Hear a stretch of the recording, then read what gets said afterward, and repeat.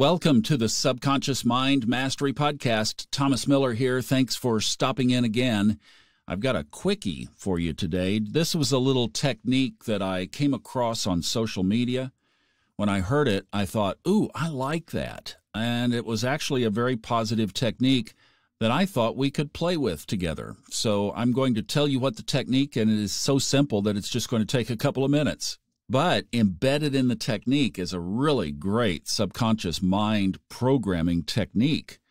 So the idea is this: right before you go to bed, right before you go to sleep, actually, when your mind is in that just drifting off state, we know that right then our subconscious mind is impressionable, right? It's that little bit of space between being awake and being asleep, and you have to catch it right there, but that's when your subconscious is ready to hear suggestive programming. All you say is, I intend to wake up on my highest timeline. I intend to wake up on my highest timeline. I intend to wake up on my highest timeline. You say it 3 times. And preferably that would be the last thing that you hear before you go to sleep. Then when you wake up, you say, first thing now, don't check your phone. You say, today I am living on my highest timeline. 3 times. Today I am living on my highest timeline. Today I am living on my highest timeline. Then what I would suggest is that you go back into that drifting state. Just try to make your first waking thought those. Now, I know we all, like 90-something% of us probably, grab our phone first thing when we wake up. I have put a note card on my nightstand to make sure that this is the first thought or the first thing. And even if I forget, it's like, oh yeah, okay. Well, I'm going to do it, but then I'm going to close my eyes and try to get back into that just little bit of drifty state before thoughts start to kick in. In other words, I want my conscious mind and subconscious mind to hear this and then be able to process or integrate it before conscious thoughts start.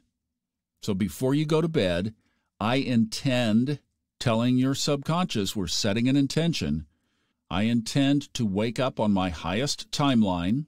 When you wake up, today I am living on my highest timeline. Sets a time frame, today, sets it in the positive affirmative. I am living on my highest timeline. Don't you love that word, highest timeline? That's really cool. And obviously it was circulating social media, so it has that contemporary vibe about it too. So I wanted to share that out. I think it's a little thing that we can play with together. Those of us who are participating in the Healing Convergence, we will talk about it for sure from time to time. And you know, the other thing that you could always combine this with is our what if up. Now, I would not confuse the two maybe necessarily, but boy, have I ever been using what if up. So in other words, when there's a challenging circumstance that just hits you, you just focus back. What if up? What if this worked out? I don't see any way out of this, but what if up? Let me give you a little story of personal example on this. I just moved in, just got unboxed this new place in North Carolina. It's a wonderful little log cabin. Well, something that was set up long before I found this place, long before I moved in, was booking a company, and I guess these have to be booked months in advance, to do a log cabin log restoration.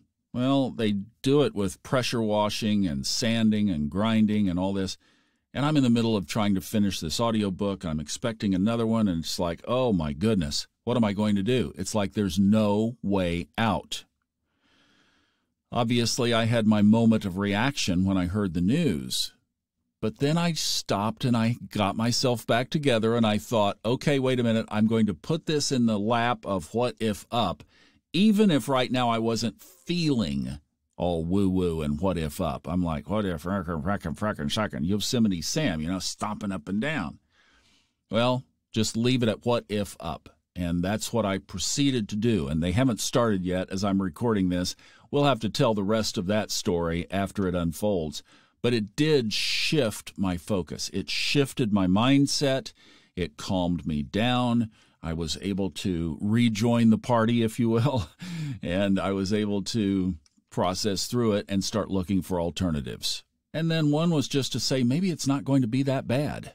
I mean, I have my booth. It's not impenetrable, but I do have my booth, so maybe it will just all be okay. But I love, from a big macro perspective, I am living on my highest timeline. This is just great. Let's play with it. And if you have a success story, shoot it over to me. Thomas at subconsciousmindmastery.com would be great. Sending all kinds of love. I'm Thomas Miller. Thanks for listening. Enjoy the journey on your highest timeline.